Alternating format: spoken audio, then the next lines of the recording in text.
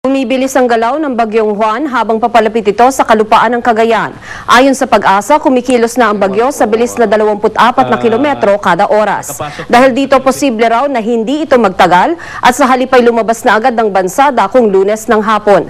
Huling namataan ng Bagyong Juan sa layong mahigit 700 kilometro sa silangang bahagi ng Northern Luzon. Nananatili ang taglay nitong lakas ng hanging umaabot sa 100 at 40 kilometro kada oras at bugsong hanggang 100 at 70 kilometro kada oras.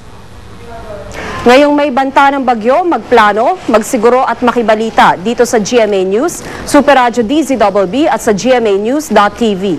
Pwede rin kayong makibalita sa Twitter account, isearch lang ang GMA News. Gusto rin po naming malaman ang inyong lagay sa mga oras man ng kalamidad. Ipaalam nyo po sa amin yan sa pamamagitan ng text o MMS. I-type ang scoop, space, message space, ang inyong pangalan at address at ipadala sa 4627. Maaari rin kayong magpadala ng litrato o video. Mag-log on lang sa www.uscoop.tv. Handang-handa po kami para inyong maging kaagapay ngayong may bagyo. Mula sa Tahanan ng Katotohanan, ako po si Tina Panganiban Perez.